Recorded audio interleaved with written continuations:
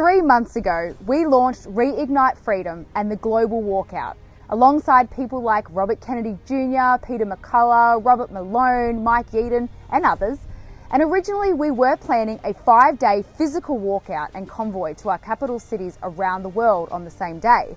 Momentum grew really quickly, but we also realised that it wasn't quite the right time for this event because mandates and restrictions have lifted across the world and people are enjoying their lives again, which is great. But I do want to make something very clear to you all. If they ever try something similar to COVID again, if they try to bring in a cashless society or digital IDs, if they try to bring in the World Health Organization treaty, if they push ahead with their One World government plans, we are all ready and willing to press that button and say no together. The 5-day global walkout from society will happen when the time is right. And until then, we are taking small steps together every single week.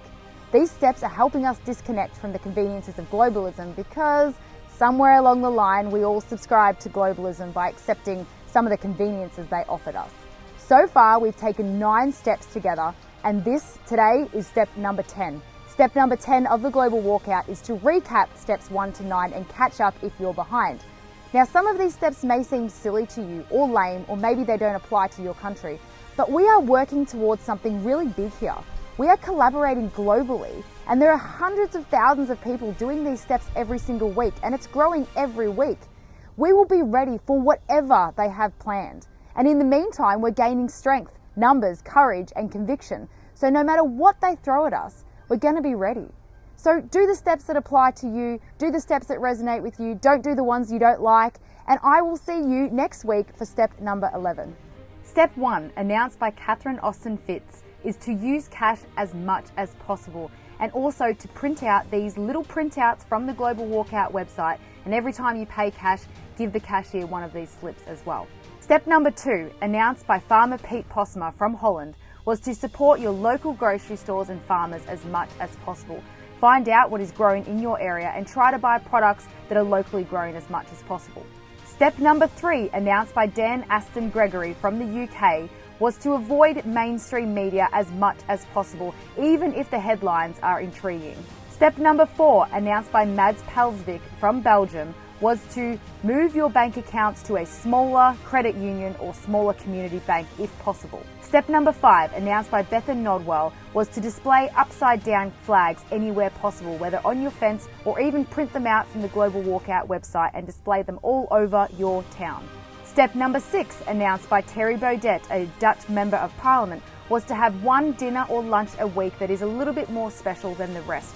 Try to invite friends and family over to really build that community again that has been lost during lockdowns and COVID.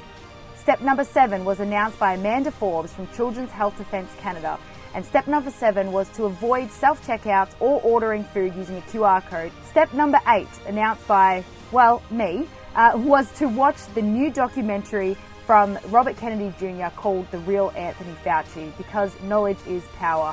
Step number 9 was announced by Paddy Holohan from Ireland, and this is a take on step number 1, which was to use cash as much as possible.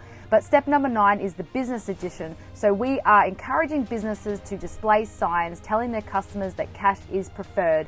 And step number 10 of the Global Walkout is to start from step number 1 and make sure you're doing them to the best of your abilities. On top of that, how about you enroll another friend into the Global Walkout, because there are strength in numbers, and the more we have ready for when the time comes, the better it's going to be for all of us. I'll see you guys next week for step number 11.